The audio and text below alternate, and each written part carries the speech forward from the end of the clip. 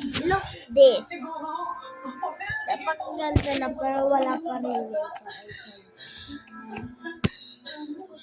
this.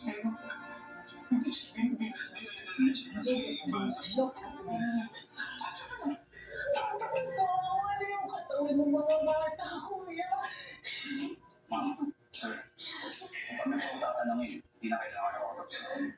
We are confident that we can solve the case in a week or even less.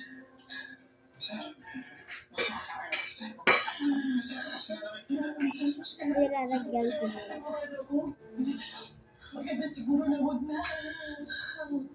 Kasi, kahit yung para sa mayon. Nahihirapan din sa picture ng katawan ng mga bata.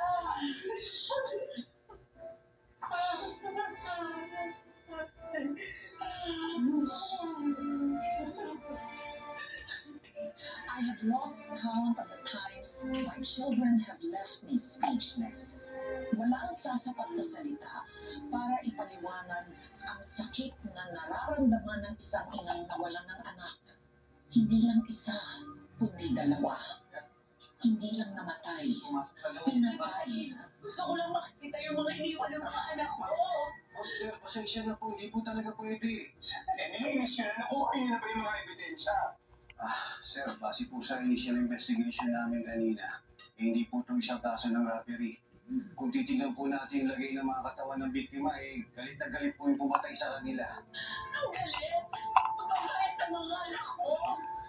Walang kaya mawalit na sa kanila mababait ang mga anak ko! Mag-alala mo, bukas po magsisimula yung formal interrogation sa nag-iisang survivor. Okay guys, lagyan na yan. Nasa custody lang po siya ngayon ng BYWD since minor pa po siya.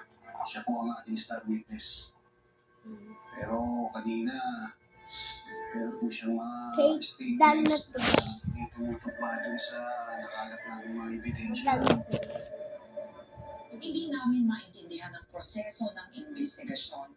Hindi kami nakatulong at hindi rin natulong ang haka-hakang may kinalaman si Jasmine sa nangyari. Kung nawawala ang cellphone mo, ano ang gamit mo sa mag-post nito? Laptop po ni Ate Gwen. Nasa kwarto mo ba yung laptop niya? Bigla akong tumingin